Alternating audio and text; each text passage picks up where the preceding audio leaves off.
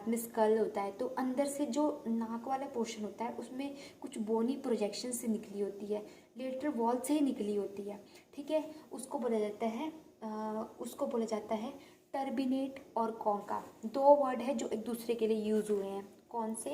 एक है टर्बिनेट, एक बोलते हैं हम टर्बिनेट, और एक होता है कॉन्का। ये दोनों प्रोजेक्शंस के लिए वर्ड यूज होते हैं। एक और वर्ड यूज होता है मिएटस। एक्चुअल में जो ये हमारी लेटरल वॉल होती है, this is a lateral wall, इसके ना ये पूरा ही मिएटस होता है, डिप्रेशन सा। ठीक है, मिएटस ये पूरा ही होता है, लेकिन जब इसकी प्रोजेक्शंस निकलती है तो इसको डिवाइड करना पड़ता है, इस मिएटस को 3 पार्ट में, सुपीरियर मिएटस, इन्फीरियर मिएटस और मिडल मिएटस। मतलब जो उन दोनों के बीच में गड्ढा है, ठीक है, उसको मिएटस बोला जाता है। जितनी भी, जैसे कि एक कन्फ्यूज़न जरूर होती है कि जैसे ये मीडियल टर्मिनेट है, तो मीडियल टर्मिनेट में जैसे कि वो है बुल्ला है, ठीक है, बुल्ला इथियोडोलिस है, दूसरा हाइएटस सेमिनुलैरिस है। ये जो 2 पार्ट्स हैं ये टर्बिनेट में नहीं, मिएटस में प्रेजेंट होते हैं। इट मीन्स इन दोनों के गैप के बीच में ये मिएटस होता है, और जो प्रोजेक्शंस होती है उसको टर्बिनेट नाम दिया जाता है। ओके, ठीक है, अब हम आगे चलते हैं। तो हमारी जो लेटरल वॉल है उसमें 3 टर्बिनेट होते हैं, सुपीरियर टर्बिनेट, मिडल टर्बिनेट और कॉन्का, और इन्फीरियर टर्बिनेट।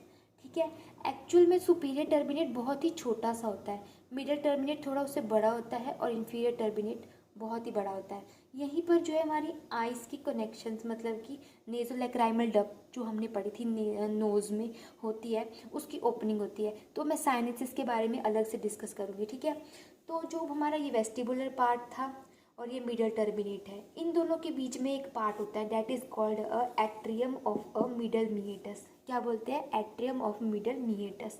ओके, ये हो गया। और जो ये अब इन टर्बिनेट्स की बात मैं अलग से बिल्कुल डिटेल में बाद में करूँगी। अभी मैं रूफ और फ्लोर इनके बारे में बता देती हूँ। तो होता क्या है, रूफ जो है वो कैसे बनता है?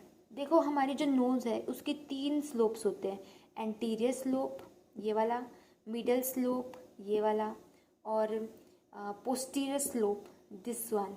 ओके, तो जो आगे से जो एंटीरियर स्लोप है, ऑब्वियसली उसमें बाहर से जो नेजल बोन होगी और कार्टिलेज, यही 2 पार्ट कॉन्स्टिट्यूट करेंगे। ठीक है, और जो ये मिडल स्लोप हो गई, इसमें क्रीब्रिफॉर्म प्लेट ऑफ इथेमॉइड।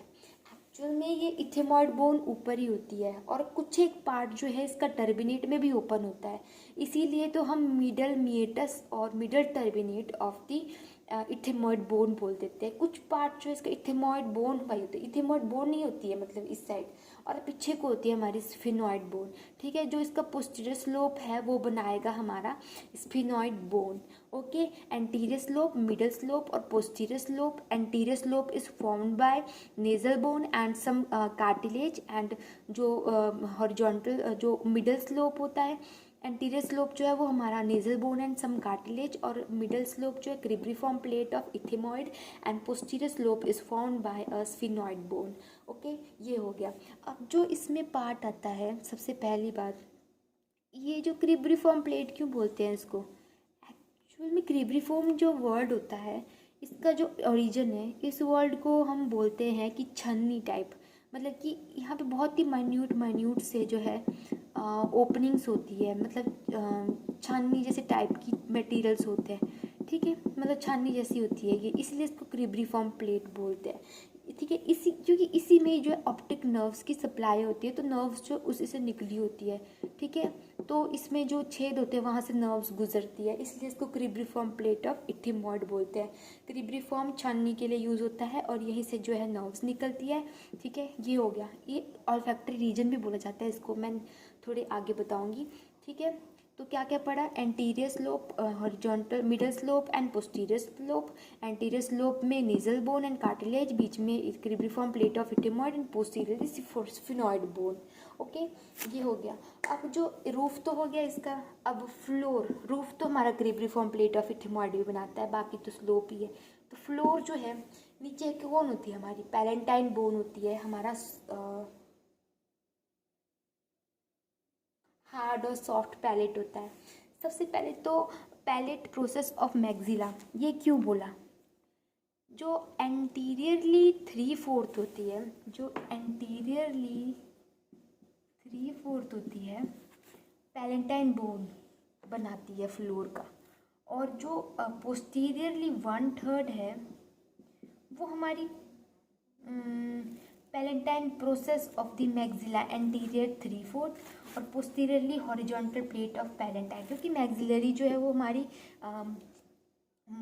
फेस की बोन है, ऊपर को होती है, इसलिए मैक्सिला नाम दिया जाता है। ठीक है, और ये जो है horizontal plate of the palatine bone posterior 1/3 ये बनाती है। ठीक है, हो गया।